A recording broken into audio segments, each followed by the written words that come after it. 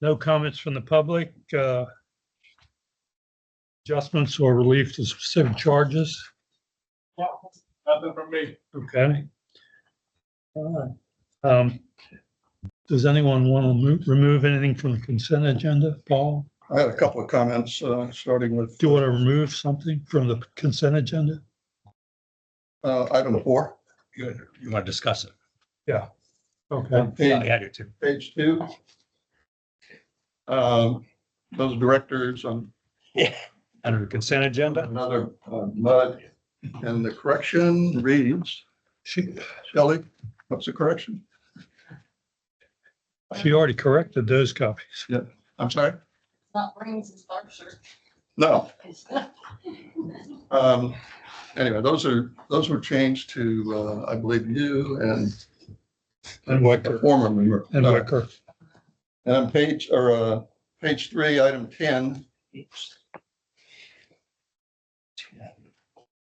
the very last item there, it's the second line where it says the water rate will decrease by 2%. And just for clarification, to $2.73, and wastewater rate of $5.65 will remain the same. And then following sentence, instead of overall wholesale, that should read the overall DRP blended water rate for the Woodlands is decreased by 23 cents.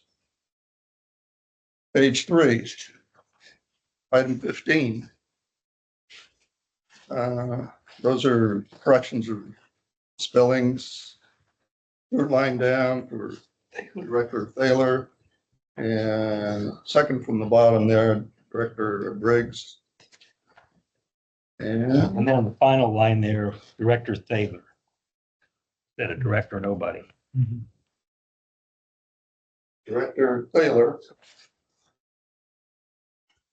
Second word in on the last line.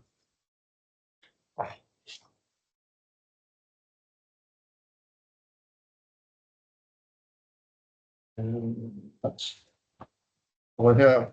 Consent agenda. I had some corrections to the agenda as well.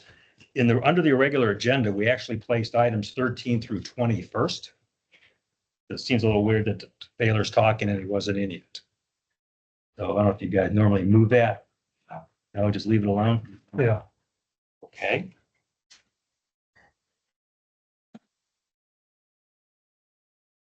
Otherwise, move to accept with those corrections. I had a comment on item 9 on page 2. The way that's written right there, it said the resulting analysis is that it's cost prohibitive and blah, blah, blah. But I think it fails to reflect that Directors Briggs and Thaler questioned the basis for the analysis and needed more information, without which they did not support the analysis. I think we had enough discussion on that at the time that I think that would more accurately reflect what happened. I concur. You want to fix that, Shelley? I can give you the words if you like. Okay. We're still on the consent agenda? Do we Yeah. approve the agenda? Do we approve 4 first? I don't know what to do here. We'll approve 4 first. Okay. But once he's done, you done? Yes, I am done. Okay. Did you give Shelley? Okay, all those in favor of item 4? Aye. Aye. Aye. Any others that you want removed? I'd like to discuss just a quick question on number 5. That, from my understanding, I missed it last month because I was new. Okay. Page 6, under the category 673, the operating fund revenue, the second to last line item, other revenue. It happened last month. I don't know what that credit was. That's the GRP credit. Okay, my education, thanks. Does it happen annually or is it just once? That was the refund from, that we discussed last month from the GRP on the, it was excess funds. It was part of the Quad Vest monies. Oh, okay, now I remembered. Yeah. Thank you. That helps. Just trying to get up to speed. Too many moving items. I had a question on that page 6 as well. The I noticed that all the repair items, the water distribution, the sewer, the large ditch, et cetera, all of them have a pretty significant variance. And I was just wondering, is that due to seasonality or is there an explanation for why the large variance on all the repair You items? don't know when it's gonna break. Yeah. Yeah, so it's- So it's good news then. So the budget is based, Yeah, yeah, the budget is basically said based on historic, correct. and so this is just whatever is You could tracking. be a hot year that it's ugly, and you could, as far as, Okay, I say hot, that's slang. We could be an active year where there's more expenses, or we could have a good year where not as much breaks. okay, So, Fine. yeah, but it's based on the last few years. okay, thank you. Okay, how about voting on item 5? All those in favor, say aye. Aye. Okay, then the rest of the consent agenda is everybody's happy with? Yeah. Glad to have a motion to approve that. Second. Second. All those in favor? Aye. Aye. Regular agenda item 9. Before we launch it tonight, can I ask a question that you guys probably already saw and I don't know the answer to? Go ahead. Okay. We had a trustee meeting a week ago, and yet we received the trustee report almost at the end of our meeting. And since we're going to be going over common ground, does it make sense to move the trustee report to the beginning of the agenda? Well, we've always had it where it is. No. Do you want to address that, Eric? Really have any basis. I wouldn't agree with that. Well, the reason I'm saying it is there is discussion at the trustee meeting. I watch the trustee meeting because I get informed. And some of those items we're going to go right back over again. And instead of waiting to go through it all, But we're not, because those items are agenda items. yeah, I understand that, but we So also, we would go in, but we're getting a report from the trustee who attended that meeting a week ago. Correct? right, but usually by the time we get to the trustee report in this report, Correct. we've already gone through all those items. So Because they're I there. know, I understand that. So we're You doing can't it. take action on the trustee report. I understand that. It's just as So, preparation said, okay, the trustees had this conversation about this item and this is what some of their concern. Yeah, I don't think it's necessary. All right. We won't do it. Chris? So our report's in your packet beginning on page 19, running through 36. The first part of that will be the Woodlands Monthly Operations Report. The second part will be the GRP operations. No violations, nothing really out of the ordinary. If you have any questions from that, I can definitely go through that. While you're kind of glancing that over, I will let you know prior to the meeting, Ed passed out a blue flash drive. On that flash drive, it does have everything we have from the wastewater strategic plan the last 2.5 years. Also has everything we have on the AC water lines, everything that we've provided, as well as everything everybody's provided us. Also has on there the project plan and the presentation that was presented in March of this year. Also has the contracts and all supplemental agreements between MUD 67 and the River Authority. And the last thing we did add is some of those electronic maps that you had asked for at the River Authority orientation. Thanks. Was gonna print them, but then they get kind of big and I didn't know who wanted them. So you have electronically, so you can zoom in, high quality and go from there. And if I did still need a print, I could ask you. You have the plotter, right? That was all I have unless you have any questions on any of the information in the report. One thing to add, I did just remember, the financials that you see on page 22 are for April. Oh, Typically, we show 1 month prior. So typically in this case, we would show you May. Yeah. However, May 1st, we switched accounting softwares. And in doing so, this April report is the last one out of the old system. But in July, you will see May and June's financials, and we're back on the normal schedule of being basically just 2 weeks behind on financials. So that's why you're seeing April not be. Can I ask questions quickly? On 19, Yes, sir. I noticed that the blend is going back the wrong way. Is there anything significant or is that just normal variance that you see?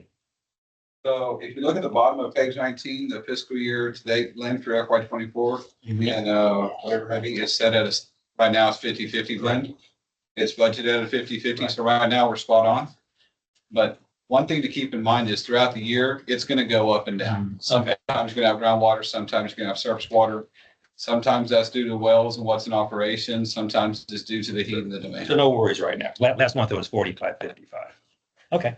And In the summertime, you're gonna see more groundwater usage versus surface water, just because the demand is so high. That makes sense. Chris, on page 29. I'm having trouble with my colors. Green shows new projects, yellow closed projects. I don't see a green or a yellow in my package. Just because, so those, the green and yellow would only be if we open a new project or if we close the project, and we have not even, neither open nor closed a new project system That means during this period. during this period. Correct. All right, Yeah. thank you. Next month, you'll likely see one on page 27 for this pressure regulating valve on Grogan's Mill. It's a smaller project, but that one's closed. We're just waiting on paperwork and final invoicing. One thing to note is on these projects, we only close them once we have the final invoice, because we want y'all to see final price. Some of these we can close now because we're waiting on paperwork, but you don't see the So, Question on 20, page 20, the accounted for loss, I realize this only goes through April 2024, but I was just curious with the 15 million gallon flush that was done, is that going to have a material effect on our loss going forward, in terms of It will. Yeah. Yeah, that is, obviously, that's a big number of plus. So next month, when we go and show May 24, the number is likely to be 5.25, depending on what other leaks are in the system as well. So you'll see the bump that month. That month, in the 12-month rolling, of course, it'll have a little bump because of that as well. one more question. Go ahead, Paul. I hear somebody. And it's on page 22. I wanted to know what under the actual April, the purchase and contracted services, the credit. So since these are April financials, this goes back to the same item that Eric talked about. Basically, this is the GRP credit. And so the GRP division credits the Woodlands division, who in turn credits monies. And so our purchased and contract is down, but also if you look up the operating revenues, you'll see it's offset by 3 million as well. Yes. And so that way it just shows the in and the out. Thanks. On page 21, wastewater treatment plant number 1, the 2-hour peak flow, you said you didn't have any violations, but this clearly is over. Correct. Thank you very much. I completely forgot about that. We did have those violations, as you can see. So I reported about it last month, just because we were in the month, but this is due to that big rainstorm that came through the beginning of May. We received about 4 inches of rain in about an hour and a half to 2 inches, or 2 hours. And so I did forget about that one. Thank you for that. So what's going to become of this when TCEQ looks at it? They'll send us a notice of violation letter. And after that, I don't really see anything else. There's no penalties, no associated fines, anything else that comes with it. It does affect our compliance history overall. If you have constant repetitive issues like this, then they will force you to do something. Okay. We typically have 1 to 2 per year at this point. It was on your record. And then when something big happens, they look back and say, you've had a lot of little things. I check. Yeah. Any others? Yeah, page 29. The 10 million, the R&R. Could you give me just a brief description of how we fund the R&R and how it works? Sure. So the R&R is an annual transfer from the O&M budget into the R&R fund. Your budget. Our budget. Okay. Right. So the O&M budget that we presented last month, in there, you can see an R&R transfer total for $6 million. Yeah. That is what goes into the R&R fund. So the fiscal year budget is constrained by September 1st through August 31st. Right. Outside of that, I can't spend any other monies from the O&M budget because it's tight. R&R constantly rolls. So the infra projects are 18 months long. Before, like in 2012, we would have every project in the budget and we would have to always come back and ask for more funds. And so with the R&R fund projects go over there, that's where the funding continuously stays. Is there any limitation on what you can use the R&R funding to do? Based on the project plan, 10-year plan? the 10-year plan, but it's only for the first year of the plan. So when you look at the project plan that's on that flash drive, only focus on FY25. That is the only funded year. Yeah. Everything after that is not funded. So when you add those up, it's going to equal a little bit more than 6 million because that's based off of what the project is, not what the cash flow is. But each year, $6 million per year is allocated to R&R. So that, and that's the fund are using to buy the land for number one. So it is, so it's okay to use it for capital land or other projects. Okay. Committee met, I think it was last year, and said any project that has a service life in excess of 25 years, the recommendation would be to use bond funds for that. 25 years. Okay. And anything less than that, Use the R. basically use the ARPA. Thanks. That helped a lot because I keep seeing it. This money's moving all over the place and I go, what the hell is it? Thanks. The maps that are on the flash drive, those are for your use. We would appreciate that you not share that with the public. Okay. No, I'm ready to go up with Chris and see everything. So I need a map. Yeah, you said that. And get through this meeting and we'll go. Any other questions? All right, item 10, receive update on water reclamation facility 1. I have one quick thing and one long thing, so we'll do the quick thing first. Handed out this document at your place. This is the monthly land acquisition report. So what you'll see is there are a total of 17 tracts that are being considered. 4 of them are in that green zone off to the left. The others are in the blue zone on the right. We're 53% complete in getting right of entries to the properties. We're 65% complete in notifying the landowners of their bill of rights. We're 20% complete on environmental site assessments, which we do for every tract that we acquire. And we're 10% complete on surveys. We've not accomplished any appraisals and no offers have been extended to property owners. The blue is the area that we will pursue first. And if there are funds left over, we'll consider pursuing the green. The green tracts are pretty deep in the floodplain floodway. And the appraisals on floodplain property in the Woodlands is coming in pretty high. Over $5 a square foot. And so unless we can find a negotiated price with the landowner or something less.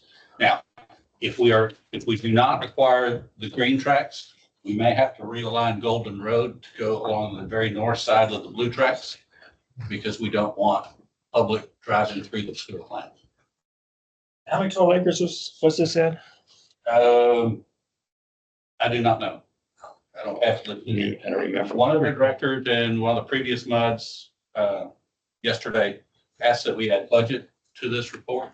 So we can show you financially our percent complete on budget. Oh, okay. Look, that will be on the next report. Any questions about the land? And as you recall from the report, that's being funded by R&R. Okay, let's go to page 37 and 38 of your packet. This is an email that I sent to Eric. It's based on a number of conversations and comments made by various directors prior to the election and since the election about we don't have a true comparison on the wastewater reclamation facility number 1. When we were during the strategic plan, the stakeholders pretty early on said, let's pursue MBR technology and don't worry about conventional and don't worry about doing a full-blown feasibility on conventional. There's been a lot of requests to go back and so that there could be a true comparison between MBR and conventional. The reason we didn't at the time was the stakeholders felt like they didn't need to spend the money. Stakeholders were made up of one director from each MUD, plus members of WWA, plus Chamber, plus Howard Hughes, plus the township. The MUD directors, stakeholders were the ones that actually were voting. We were getting input from the community members, but only the MUDs were voting.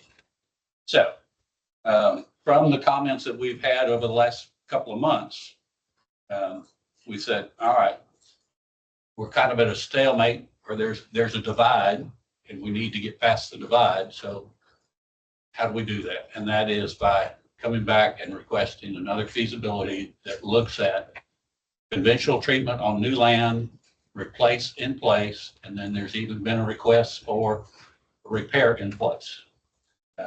And the repair in place is not on here because that has occurred since this email was presented. The goal is to look at advantages and disadvantages of each options and then present that. The next part would be, how are you going to deliver the project? Through design and construction phase. And there are two basic methods that we can. There are several others, but these are the two that are probably the most, I'll say, constructive for our use. One is competitive seal proposal, which the River Authority does day in and day out. All the projects that we did, whether it's out in Highlands, whether it's here, whether it's like Conroe, is a competitive seal proposal, and they're evaluated based on price plus the contractor's qualifications and capabilities and the project manager and so on and so forth. Construction manager at risk, this is something school districts typically use to deliver school buildings. We've done it once before for the surface water plant. It worked very well. We were under tight schedule, we were under deadlines, and also we had a specific budget that we were trying to get accomplished. And so there are some advantages to either one. We want to be able to look at advantages and disadvantages and be able to come back to you all with a recommendation of how we would deliver the project. Something else that I'm down to the third bullet, full bullet, site layouts. We have a conceptual site plan for the NBR technology on the new land. We do not have a site plan for conventional on the new land. And then we would also need to do a site plan for the current, because as you go in and replace things, the TC2 rules may require some redundancy and resiliency. And you may, right now we've got 3 clarifiers, we might end up with more clarifiers, and we need to figure out where they would go. So we need to add the site layouts to this feasibility. The final bullet on this page 37 would be cost estimates, and due then to the same level of cost estimating that was done for the NBR technology. We would look at 50-year planning horizons, so that would include electrical, chemicals, it would include placement of mechanical and electrical things as they expire during the 20-25-year life. We would even also included would be basic impact to the rate. We wouldn't do full-blown rate analysis, but we'd be able to tell you during this life, this is what is expected in the potential aspect of the rate. The final thing that we would do as part of this evaluation is look at manpower needs. We have an engineering team. They have certain experiences, but we don't have all the expertise we need for this project. And so we would either need to hire permanent employees and bring them on staff, or we would need to bring in somebody from external as a sub-consultant to supplement. And so as part of this evaluation, we would have the consultant identify what's the best method for addressing the manpower needs and where would they best fit in the picture? Is it bringing in construction administration people and construction inspectors? Obviously, materials testing and that sort of stuff will be done through the contractor and through us. So that's the basis for the evaluation.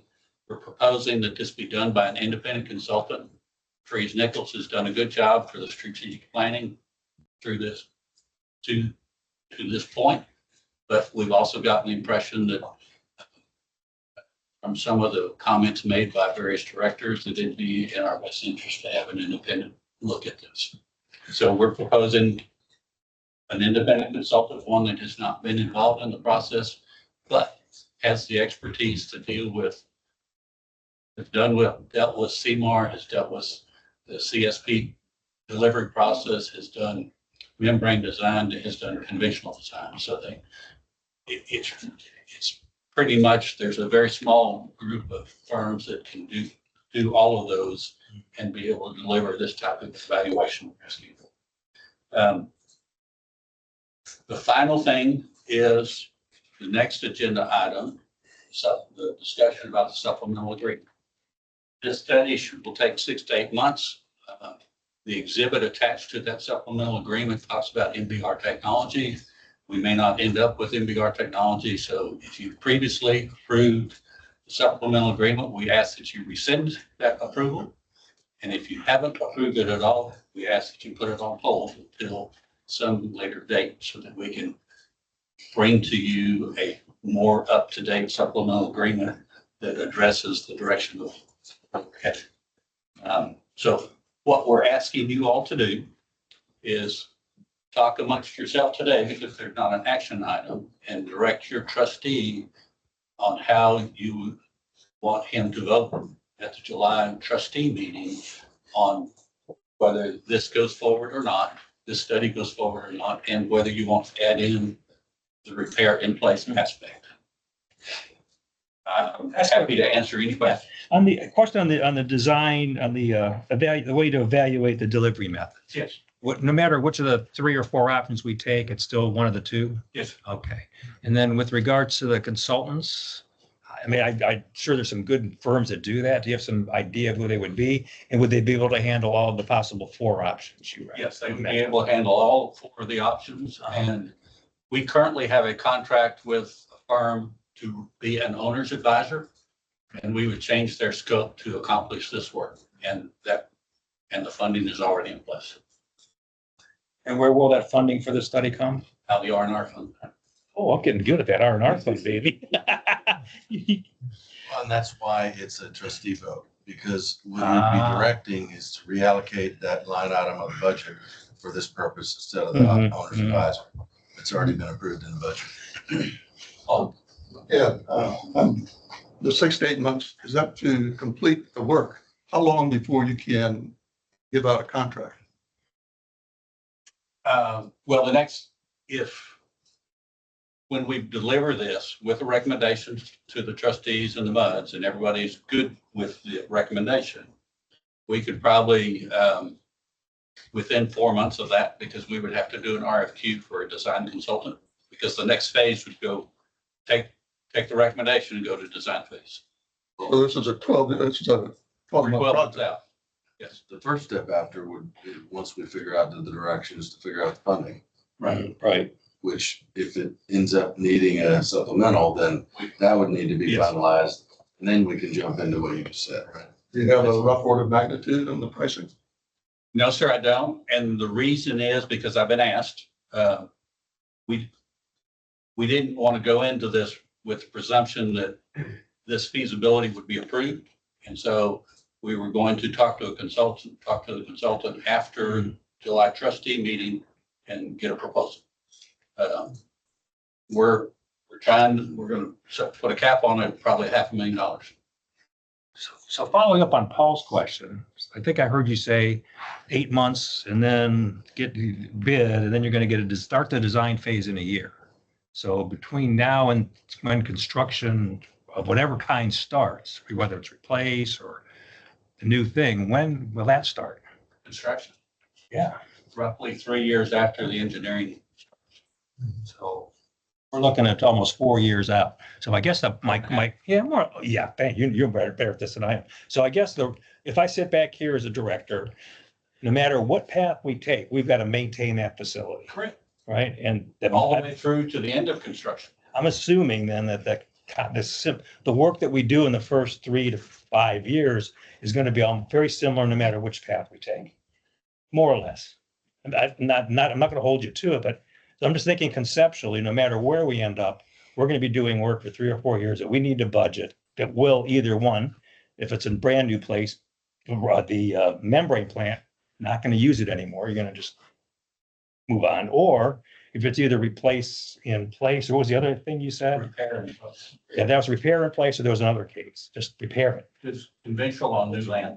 No, there was the 4th case. You said some people, Membrane conventional, on new land. right?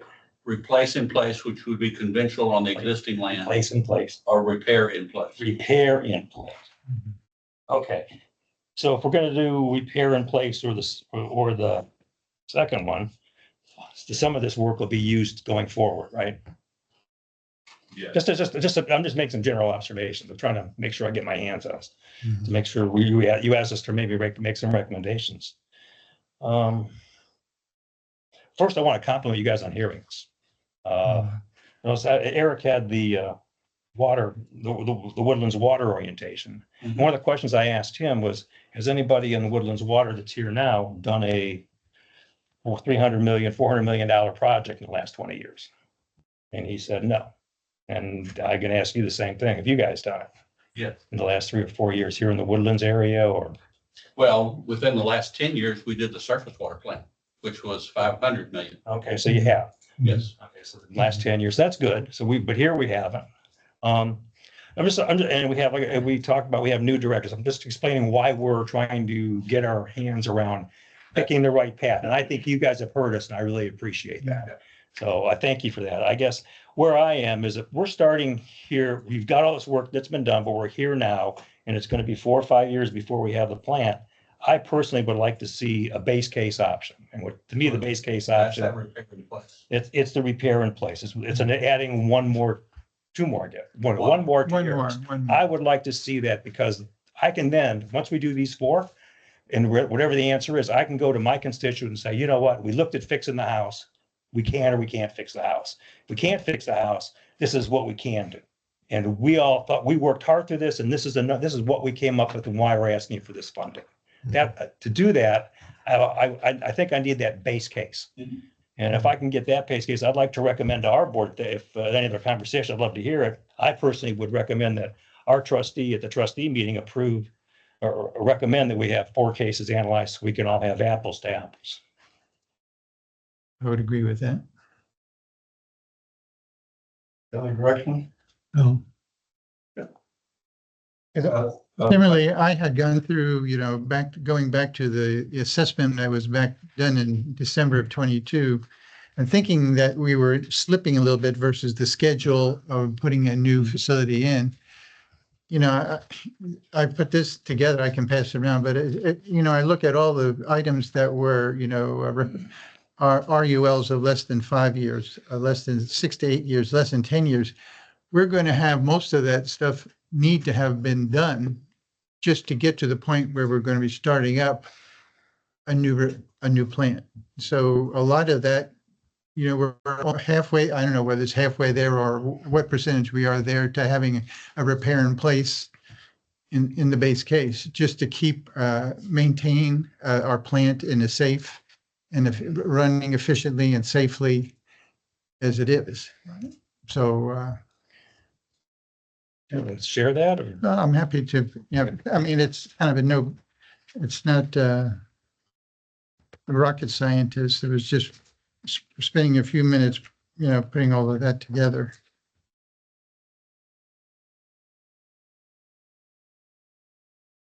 But Ed would like to see, Chris would like to see one. Yeah, sure. I made about 10. What's he doing up there? I made about 10 copies. There's a couple more. Chris needs something to read tonight. Something else. I got the flash drive, baby.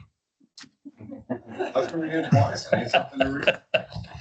So all this is just,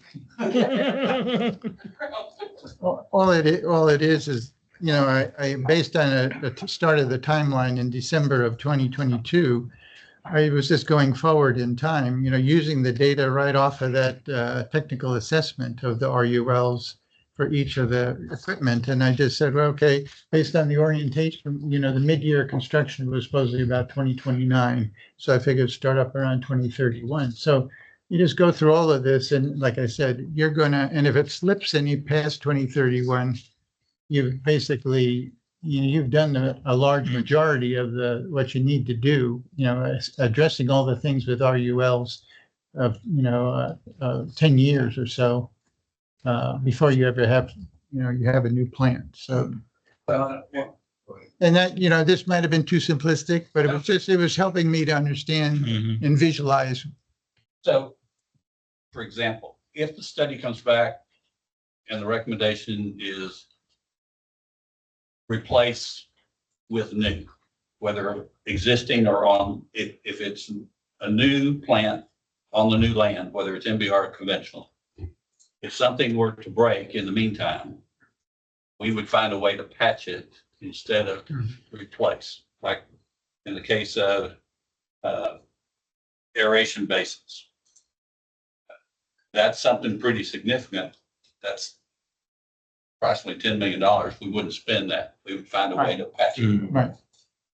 Clarifier drive mechanisms, that's in the grand scheme of things, $100,000 versus 100 or 200 million. So Yeah.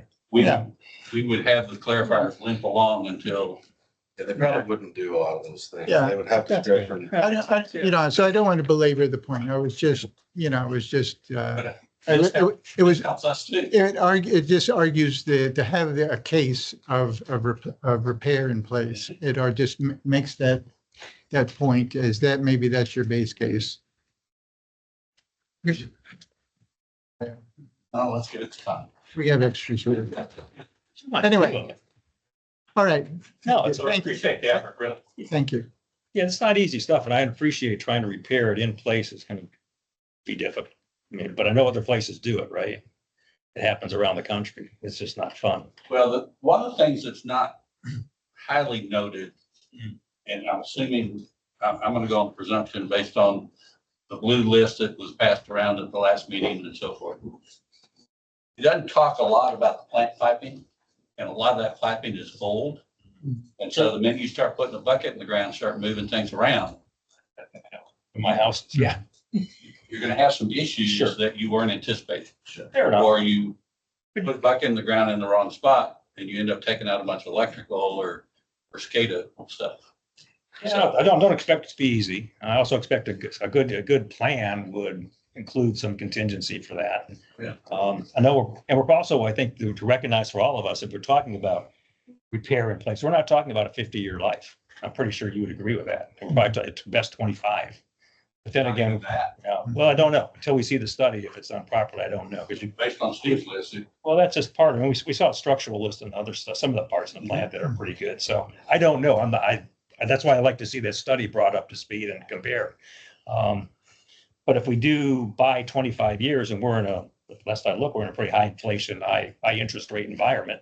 Our borrowing money is going to be expensive. Costs are high. Things may temper down. roughly 5% on bond interest rates right now.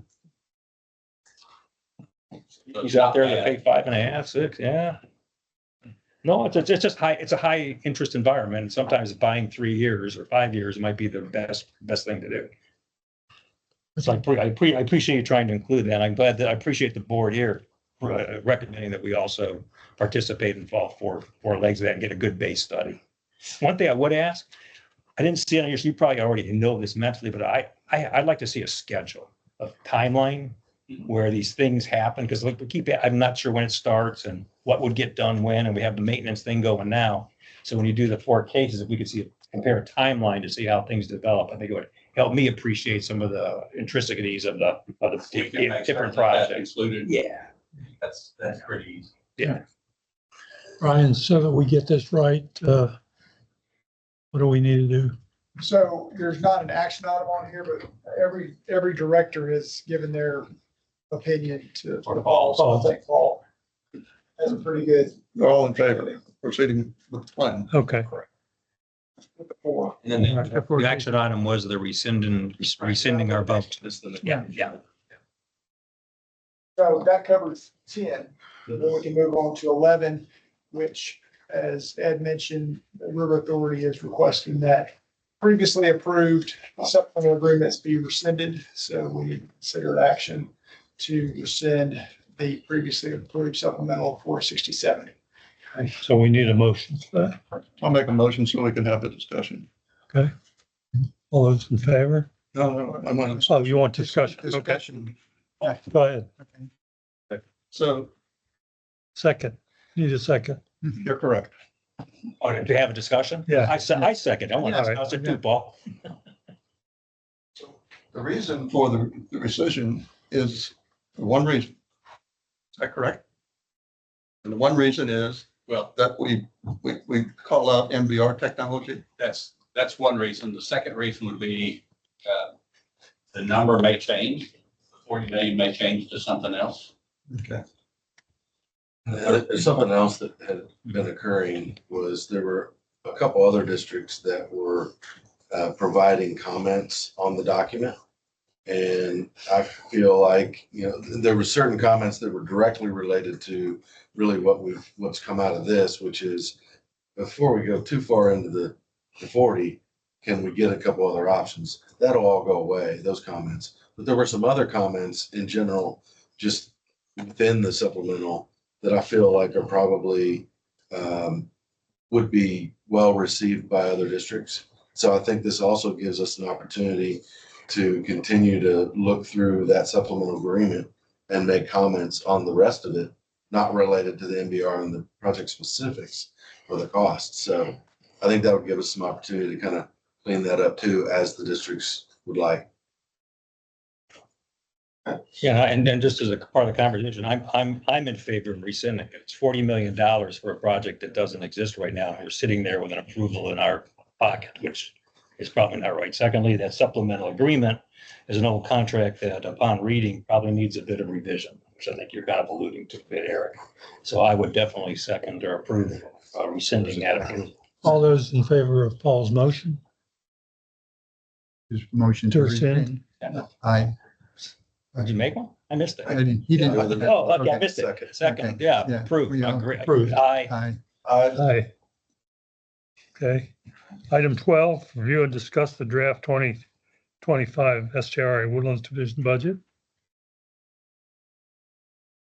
I was here last month to present the budget, so there's no changes and I don't have any updates, but if you have any questions. I did. See, page 49. We're looking at our sorry, you got it? On the, it's a general question. On the operating revenue for next year. I mean, the revenue comes in from us using water and getting rid of water, right? Okay, I don't know about you guys, but I'm watering my yard hardly at all. It's a very wet, La Nina's here. It's very wet. Have we made any assumptions relative to the change in the weather pattern that we're going to expect the next year or two? Yes, easily. Oh, I Chris love it. does Say it. all Oh, say easily. Say yes. I love it. Well, I'll let Chris take it, but they do look at all of those demands. Boy, you're in a trap. Been doing all- Kind of. So we do and we don't. I mean, you can't predict the weather, so you take a look at it. So whenever we do look at it, we're looking at it for now from September 1st of this year to August 31st of next year. Mhm. So the pattern that we're in now affects the current budget, but it may not be in the same pattern we're in a year from now. Okay, so we look at drought cycles, we look at average rainfall, we see all that good stuff. Mhm. At the end of the day, we actually use about a 5-6 year average of previous production and demands and everything else. And it's been pretty stable. You have some years, I think it was like 2015, that was pretty wet. 2011 was pretty dry, so we kicked those outliers out.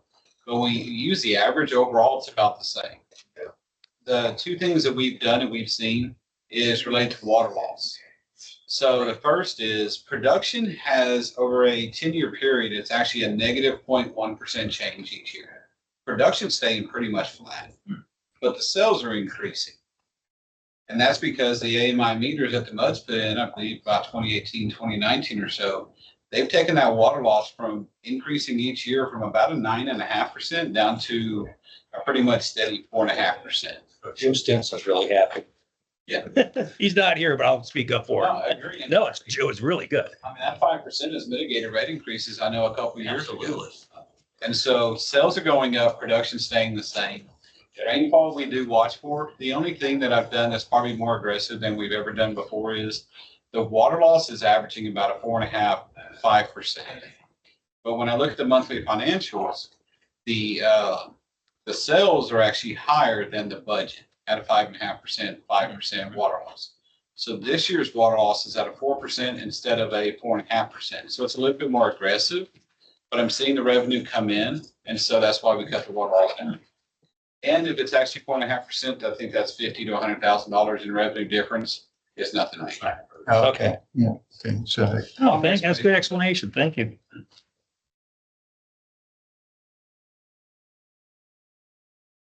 Any other questions? I think all mine were on. Oh, I do have one question. Okay, so you presented this last month, and we had some more questions this month. What happens next? So next, in July, y'all will direct your trustees to vote at the trustees meeting in August to approve or reject our budget. And what happened? Would you object at all in part or whole, or how does that work? Has it ever happened? Not sure if it's ever happened, but I'm thinking it There's a does. there's a lot of coordination Yeah. between the audit committee and then discussions here. So usually anything that's brought up about the emergency dress before. we Okay. go. I was just curious. I didn't know how this ended. Yeah. No, it's been very, as I told you last time, you've done a very good job of pulling information together for us. So thank you. Do you want to remind everybody about what the reductions are, what the rates would be? So we're gonna drop our wholesale water rate, down to $2.73, which is 2% reduction. Right. And the wastewater rate will remain the same, at $5.65 per 1,000 gallons. And then our GRP blended fee that y'all will see on your bill, is dropping from $3.20 to $2.97, which is about a 7% reduction. So overall, 2 of the rates are going down and 1 is remaining the same. Very good. Thank you. Thank you. Thank you. Any other questions? No. Thank you. The only caveat on that GRP rate is that has to be folded into Woodlands Water budget. And the pass-through has to be approved with that budget. Correct. Just because they say it doesn't become official until Woodlands Water approves. Correct. Yeah, okay, just clarification. Thank you. We do have one more item on the budget. That Jamie. As I hand this out, I'll kind of get started. Being one of the 5 muds that surround the Bear Branch Reservoir, you will be receiving the Bear Branch budget. This is for our Lake Conroe division to provide maintenance and operations of the of the Bear Branch Reservoir and flowage easement. This budget provides the funds for that, operations and maintenance. When this is just a continuation so that they can continue operating. The other portion of this budget is to continue the project for the dam replacement and the soil repair replacement that is partially funded by the U.S. Army Corps of Engineers. This does have a contribution from the 5 months for the cash portion of that, but a majority of that project is funded by the Army Corps of Engineers. And so if you have any questions, y'all's portion for MUD 67 is $142,000 for next year's contribution. And that's for both O&M and the project. And that's actually $13,000 less than it was last year. Yes. So back to the money that was provided by Washington, the grant. When do those, or when does that project get activated? And does this have any bearing on this budget? It's already started and we've Started receiving reimbursements on Yep. some of the technical fees. So is there any possibility that you might encounter something or some series of things that would impact that and therefore affect this budget? I think it's too premature to know if we're going to encounter. If we encounter anything, it's going to be probably during construction, an unknown. And so we wouldn't know until sometime in the middle of next year. But Any other questions? our first reimbursement from USAC, so System's working, huh? system's working. Thank you. Okay. Item 13, receive update regarding status of Bear Branch, Panther Branch, Research Forest Drive Drainage Improvement Project. Yes, so as you know, this project was begun, the study was begun a year or so ago. It's been in probably longer than that, but it's been in motion for a while. We were getting updates towards the end of the last year on modeling, and then there was some refinement of the modeling earlier this year. That was completed, and then we had a meeting a few weeks ago. I think Esther had asked LJ to update the cost estimate for this project. And I felt like now that we have an updated study and we have updated cost estimate, that it made sense for LJ to come to you and kind of give you an update on the project. As obviously, you know, you're one of the stakeholders, but you're the main stakeholder. Yeah, you're the lead stakeholder on this project. For those that aren't familiar specifically with the project,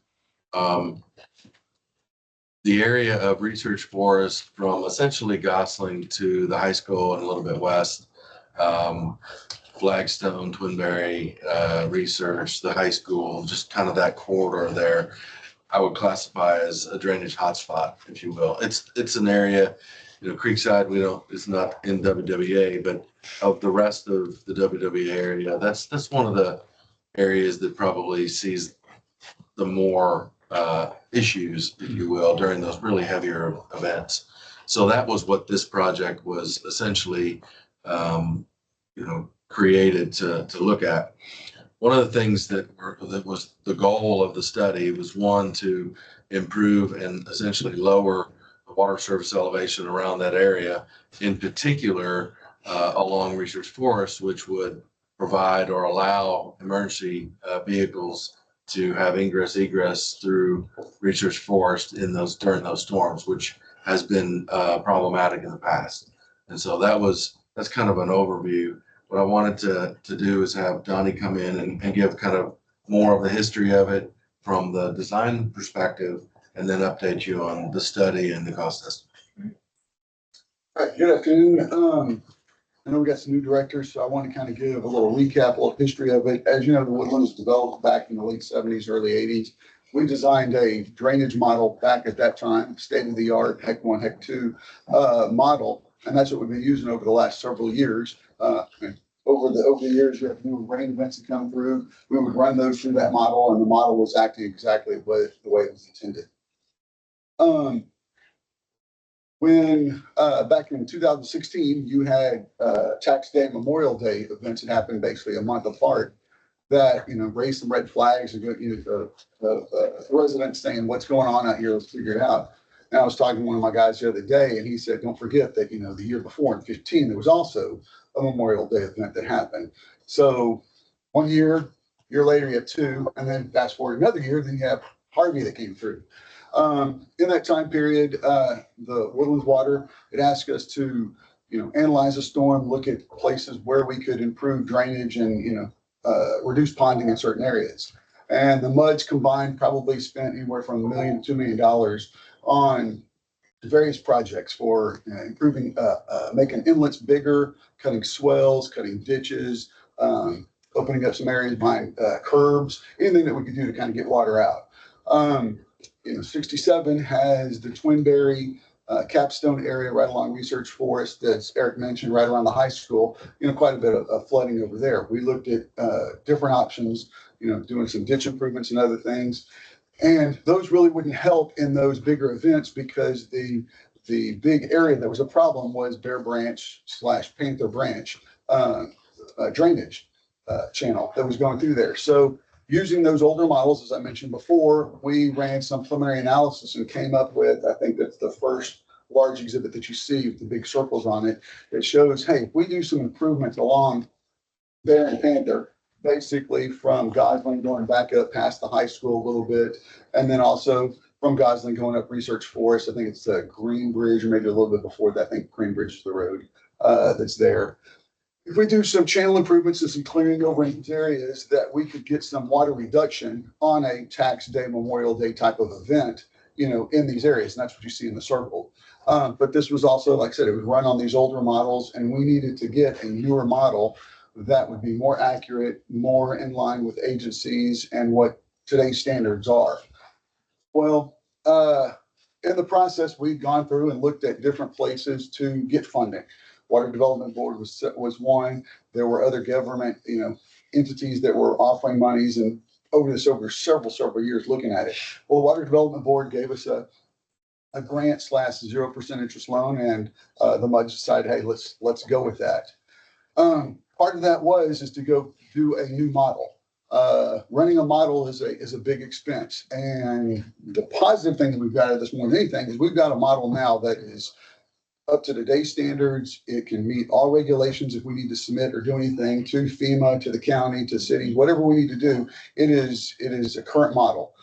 Now that we have that in place, we can run different scenarios. Putting the model together is the big expense. Running these scenarios is smaller expenses, so to speak. And when we put this together, we kind of looked at, you know, where can we do improvements? Based upon time and financing and trying to put this into the older model, we really came up with, let's do the clearing on Bear Branch and let's put in these detention ponds in this area. And that was kind of our initial thought. Once we got the new model in, we ran it and we found out, hey, in order to get these close to these reductions, we need to do more excavation. We need to do more detention. We need to do more clearing. So our initial estimate of construction cost was about 10, total was 11.3. That includes modeling and also includes engineering. So it's roughly about 10 million. We're closer to about 16 to about $18 million. And that's just based on the models. Connie pointed out the other day, is that is just, based upon the models. We still need to get into design to see if there's any, other conflicts that we have with utilities, and utility being dry utilities. I think there's a gas pipeline, surveying that, doing some other things, looking into it in full design to see. But just based on the model, our excavation and our clearing costs and detention costs would be, about $6 million, $8 million more right there. So there's I think it's the third sheet. That's the smaller sheet that you have. It's the back. So it should be the last one, the small one. Right. Right back. Right there. Yeah, that one. You can see at the top left, the cost is 16 million, and then it's $20 million with contingencies. That is just, that's just based off the models. If you look a little bit further down, there's a number that says 82 million. I want to bring that number up because that really is a shock number to go, wait, what the heck is 82 million? When we first looked at this, and some of the members have been, the board members have been here for a while. As you know, we went to the Corps a couple of times, or I shouldn't say we. I went to the Corps a couple of times, talked to them about this project, showed them what we were doing, took some aerial photographies, kind of highlighted where potential wetlands could be. They gave us the thumbs up that this would probably be a good project that wouldn't require any major wetlands mitigation. Hey, if we disturb something, we can restore it. And that's kind of in our construction costs of what we could do. There's the caveat that if they did come back based upon who, the new administration, what new rules would come through with EPA, that they may come back and say, no, what we said isn't true. We need you to buy credits. And if you buy credits, you're talking millions of dollars. That's why I have a number of like 49 million in there, because I don't think it's going to be 40, but it would be a big, significant number. I don't think that's an issue, but that's more of just a shot number that if they did come back and say something, I mean, I can't see why this project would move forward if we have to spend millions of dollars just for credits. Like I said, the Corps told us that we wouldn't need to do that, but you just never know when, when policies and stuff like that change. So I wanted to kind of have that number in there as more of just a shock value, more than anything, that if they did come back, it'd be in there. and it did. That was the point of it. So what I'm here today is just trying to give you a little history of where it came from, where we're at today. Now that we have the model, we can look at maybe a couple of little other options of where we can maybe move some detention. Because, one of the things that we've looked at, doing improvement throughout the woodlands for years and years. And when the woodlands first started, trees is a big thing that is important to the woodland residents and everybody out here. Well, in this plan, we've got two big detention ponds that are right there on Gosling. I mean, we'd be clearing out a lot of area to make room for detention to store water in these events. Is that something that you want? Maybe not. I don't know. But if we can run some maybe additional analysis or maybe look at some other places that we could put some of that detention, now that we have a model that's in place that can analyze the stuff better than the older model, I mean, maybe we can come up with that. Is it going to save cost and money? I don't know, but maybe it puts detention in a place where it's not seen as much, so it's back in a corner. But until we get to that point, that's where we're at. Yeah. So when I heard all of that, I thought, well, we probably have a few options. One is, do nothing, kill the project. I didn't think that initially going back to the muds for another 6, 8 or more $1 million at this point was viable. Two, as you know, One Water task force was recreated earlier this year. We've kind of gotten up and running here over the last couple months, at least to have some initial meetings. And one of the things that we talked about is really trying to identify, a project or something that group could run with to identify, or, to put their efforts towards. And then when this kind of came about, I thought this might be the perfect project for that group to really run with, to try to find some additional funding. This project is a pretty significant improvement to that region, which happens to be one of the, I call it the weaker points of the system in terms of drainage, or the one that at least has seen some of the, drainage issues in those heavier storms.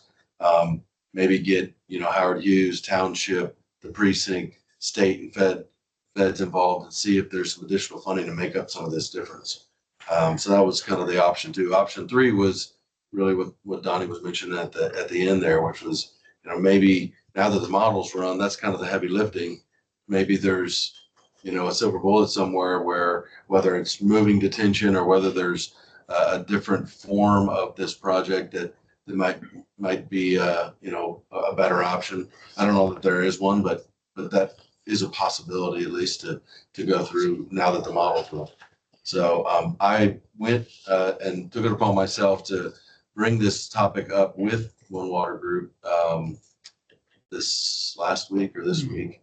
And it definitely had some interest to be able to maybe do that.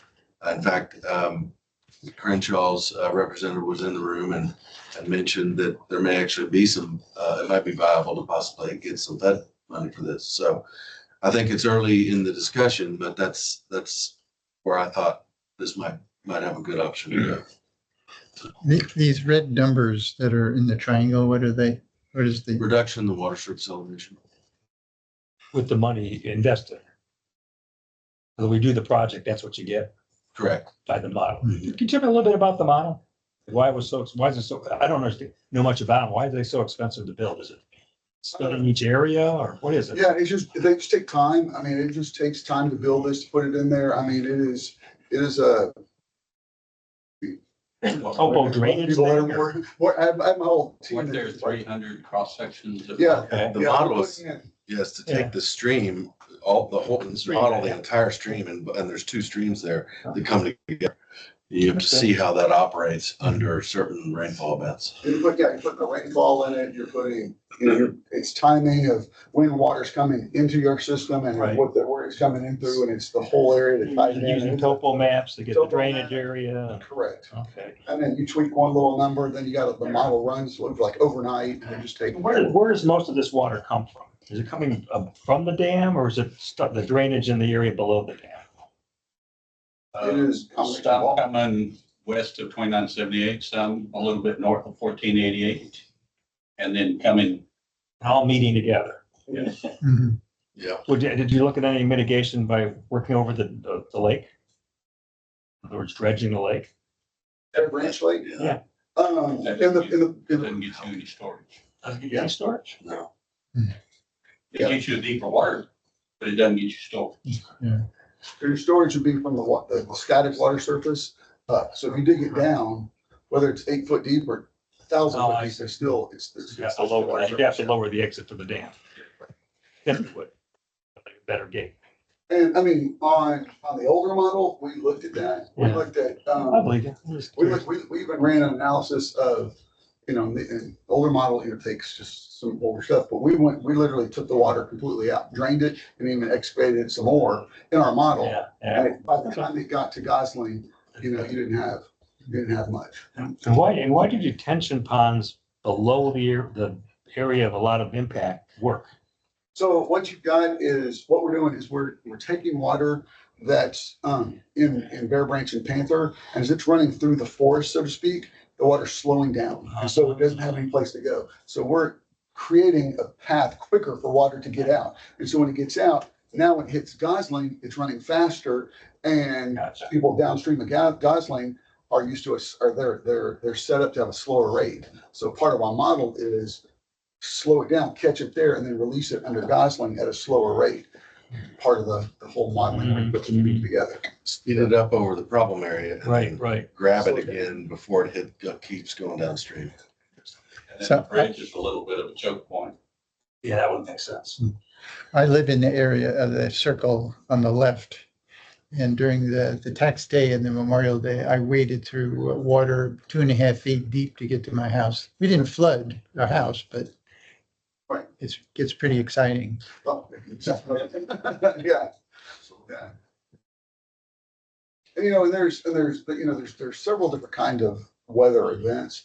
The ones that just come through really fast. I think y'all talked about it before. We got 4 inches in 2 hours. And that's almost like taking a bucket, just dumping it real quick. Mhm. I mean, water's gonna go up real quick, but then after, 30 minutes or an hour, it's gonna go down because it's getting out. Or then you have the stuff like Harvey where it just dumps and dumps and dumps. And there's no place for it to go. So that's where it just stays up for a while. So what's the next recommendation here? I think it gets back to what you were talking about of finding funding sources to see if we can afford to go to the next step, which would be design it in phases or design one time. All at one time is going to require a big dollar. Brian, what's the dollar, the current stuff that we have already? Is there a expiration date on that?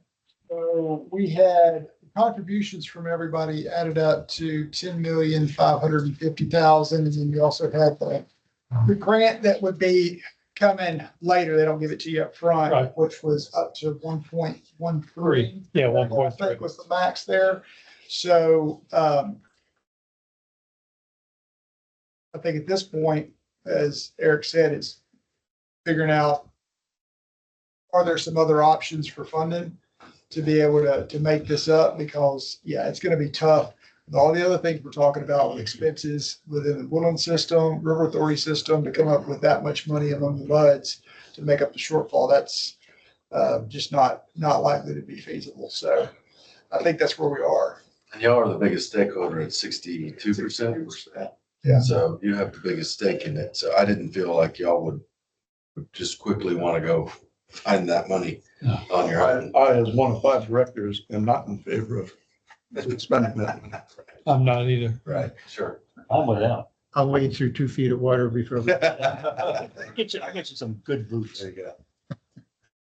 No, I like your thinking there, to take the initiative and try to help us Find solve something. this problem by finding. And we might not find it, but Fair enough. let's try, And consume another 12 to 18 months. perhaps. And so I think the question's valid.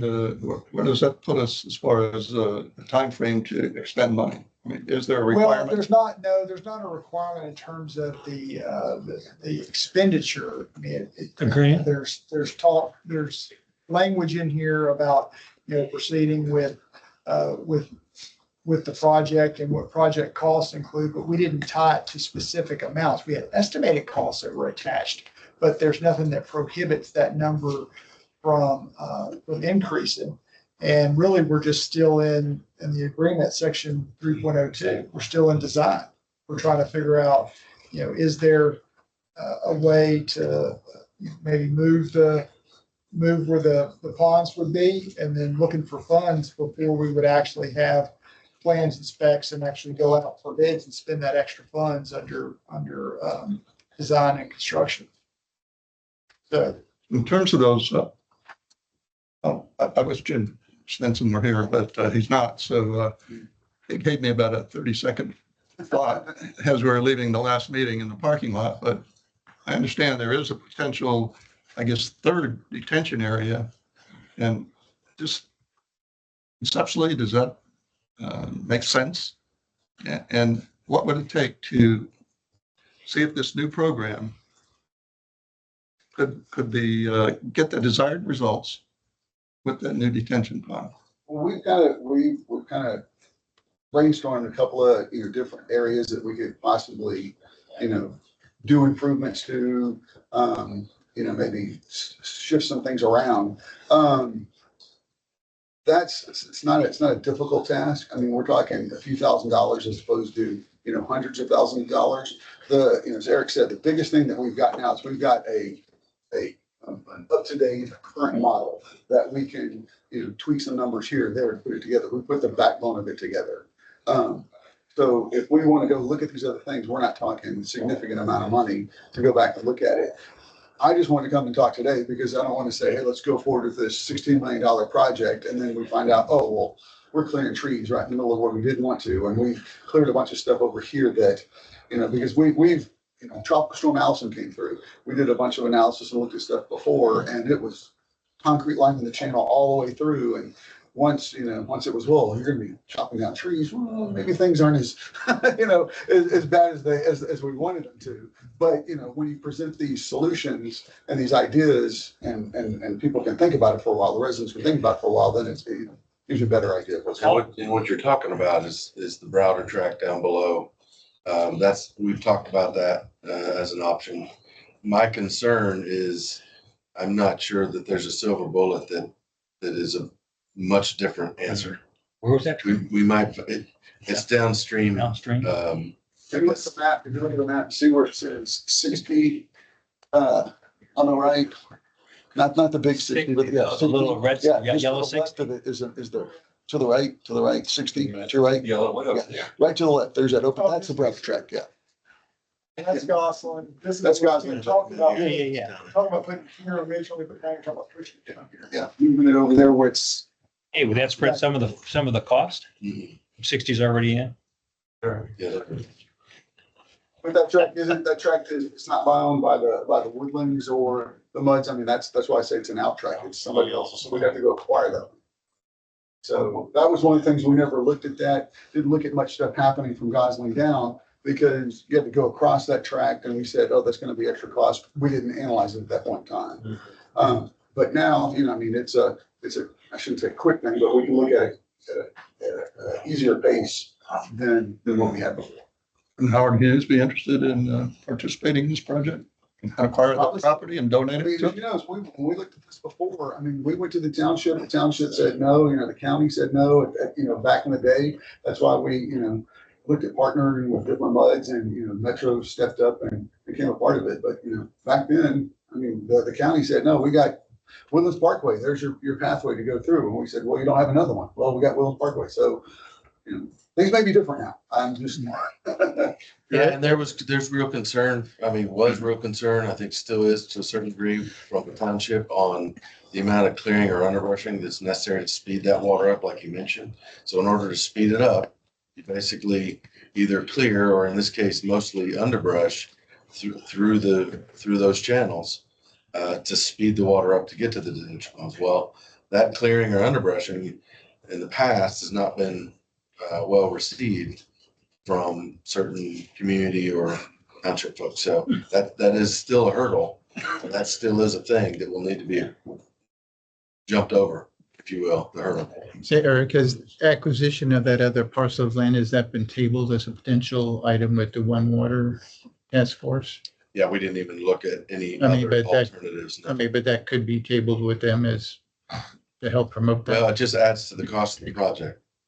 So again, as Donnie mentioned, that was looked at before and identified that whether it works or not, it's gonna be more expensive. Mhm. So they didn't develop that any further. It certainly could be developed, like you said, with the audit being done, but So the formal action then is to table all current design work until we get resolution on potential funding. that's my recommendation. But you also could consider, because it's not expensive, to do a little bit more modeling on those other options. Because if you're gonna ask for money from other parties, you wanna ask on the high end. And so if you think that you're gonna have an uproar from residents because of visible detention ponds, and you need to move it down to get public support, then you wanna bake in the more expensive cost of the land when you go asking. The numbers that I was talking with the One Water the other day was not 6 or 8. It was more like 20. Just from a discussion standpoint. Because I believe, as we've seen with all these other projects, the more you start to refine these projects and really dig into the design, they generally are gonna go up. You're gonna find things that you're gonna need to do that likely have these projects go up.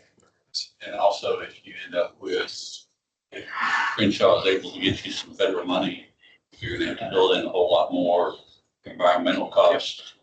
And also Corps of Engineers is going to take as much as 25% off the top of what.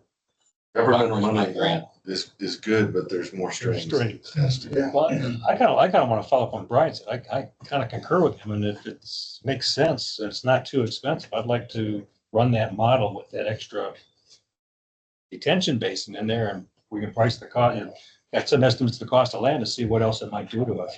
I think it'd be worth a few $1,000s to see what it does. So also, if you have federal funds, you have to buy land under federal Oh, acquisition requirements. You just, yeah, I can just. man, Letting you know up front. you're telling the truth. I hear you, man. Thanks. So Eric, your recommendation is that we pass it along. See if there's some easy money there that we can find to help, you know, and get and create those community partners. But they'll look at it to do that. Say again. The one task force. That would be right now, that would be a proposal. That's one option. I guess by adding the detention basin and looking at the effectiveness, we could get a better estimate of what the total cost might be for them. I was wondering who was going to pay for that and follow up on it. And Well, that would be the stakeholder. Any additional funds to be expended for remodeling or modeling, whatever it may be, under the One Water Group, that would be the stakeholder group of this project, which are there's 6 partners. So we need to bring it in front of all 6 months. Theoretically, if you're gonna spend more money, I mean, you are in the lead because you're the big stakeholders. Sounds like it's back to San Jacinto to ask LDRA to come up with an estimate of what it would cost to do that additional study. That'd be easy to do. Let's do that. Okay, thank you. Thank you. Good stuff. Do you want me to put the other stuff on hold or keep going forward? No, keep going forward. this is not a one-path project. Right. Agreed. Rabbit trails. Attorney's report. Nothing that needs to be covered in open session. Eric? And I will, yes, good afternoon. I will be brief. Wanted to let everybody know we did host the new director orientation on the 5th and the 10th. We had 2 options for that. SJ did it on the 7th. From what I saw, all really well and were well received. So hopefully that was good information. Coming out of ours, kind of identified that the need to perhaps identify some more topics and some more information and education for the directors. So what I'm proposing that I'll be working on is to build what I'm going to call a workshop series and try to build a kind of a topic and content library that perhaps going forward we can, for all directors, not just new directors, we're going to identify topics and maybe build some content and have some kind of lunch and learn type of things in the future. I haven't really worked the logistics of it. That's monthly or quarterly or whatever, but that's something that I kind of identified I think would be helpful for the directors. So I'm going to be working on that. I think that would be well received. I think everyone I spoke to enjoyed very much both of the orientations and found them very, very informative and appreciated them. Wanted to point out in the back of your packet, we have a couple articles, one on PFAS, City of Conroe, just some information. We usually try to put in articles for in the news, kind of local events and things. Also had some thank yous from customers on our interaction with our employees, which I always like to see, and don't look at those lightly. So really pleased to see those. Last thing I had was to kick it over to John for the communication report. Afternoon. I'll make this brief for you. I know we're running late here. Page 45 is the beginning of your communications report. I just wanted to touch on a couple of things within that. Actually, on page 46, up there, we've been working for since last fall with Holloway. That's our infrastructure communications consultant. The Public Education Committee just received a number of materials from them, draft materials. So those materials have been reviewed, comments have been provided to Holloway. We're fine tuning those. But you're gonna see a real ramp up here soon in communications going out on infrastructure renewal. And we are working out how to get Holloway here in person with the directors, so you can interface, ask questions, hear from them directly on the process, how things are going and so forth. So that should be, well, we don't have it on the calendar yet, but we're hoping in the next 6-8 weeks or so. Keep you informed on that. And then the other thing I just want to highlight here was on page 47, you got a couple bill ads there at the bottom. Those are actually flip-flop. That's an error. The current bill ad is on auto pay. The upcoming one is on our water quality reports, or consumer confidence reports that are being mailed out by July 1. That goes to every customer by mail. Those will also live permanently online. And we'll be pushing message out on that through our other channels as well, email, social media, and so forth. So folks are well aware of those reports and taking a look at it.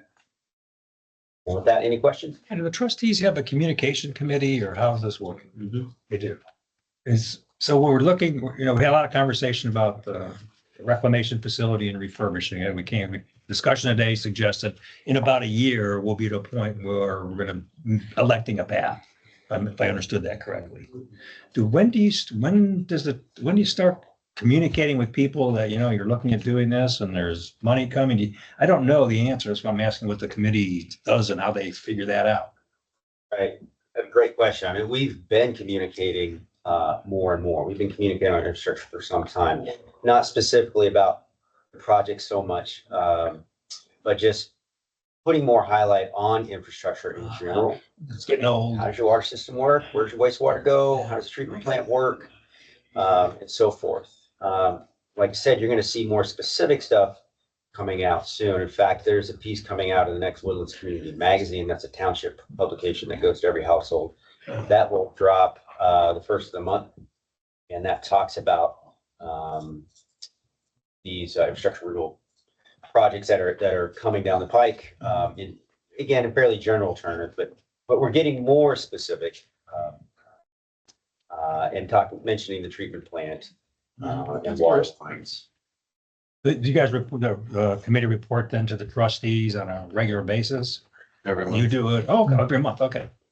Cool. I think these communications are very good, and the Water Smart. And I wondered, you said at one time you were the statistics of how many people actually participate in the Water Smart. I wondered is it some way that some of the village associations, they can do something to help promote that some more, if you interacted with them and get them to kind of be the tip of the spear to promote that some more? Well, I mean, we do have strategic partners, lump them in that category where we try to amplify each other's messages. I do try to get around to those VAs periodically. Probably due for another round here soon. But yeah, that's a great mechanism. Absolutely. And you may see some village association representation in those, and the community or a citizen advisory group that Holloway is forming. Yeah, they're key partners. Thank you. Thank you. Hey, Eric, on your report, one quick question. There's 2 projects currently in review, the Lakefront South condos and the Bear Branch Lake. I don't know what, it's, I guess, assuming 67 means us. Yeah, there's plan reviews that have come in that we've reviewed. I don't know if you've. So somebody's doing some activity. Yeah, not us. Oh, I didn't know. That's just an update on like kind of what's Okay. going on in the Thank area. you. That was it. Trustees report, Paul? I'll make this quick, since we've covered most of these items. I would say on the trustee meeting summary on page 48 of our packet, under the region H comments, where it says 60, that should read 16. Big deal. And most of the other items, like I said, we've talked about, and I know we need time for a closed session, so I'll just stop there. See, Ed, I know that I see on this thing, the trustee Maggard requested this 5-year affluent thing. Are you guys going to be doing that on a regular basis? What's the story there? No, he asked for it to be included in the report. Chris's recommendation to Eric was, we'll provide the information that's requested, but it's to cumbersome to put into the. Yeah, we're not gonna put it in the report. It would make this 30 more pages. I have the report, I have the Yeah. the data The data. that he Okay, asked for, and we'll provide that. perfect. Because I just was curious with what, I sounded pretty detailed. I was wondering where we're going. Brian? All right, yeah, we do need to recess to close session. We're trying to keep it quick so we don't run over. Oh, there was a clock up there.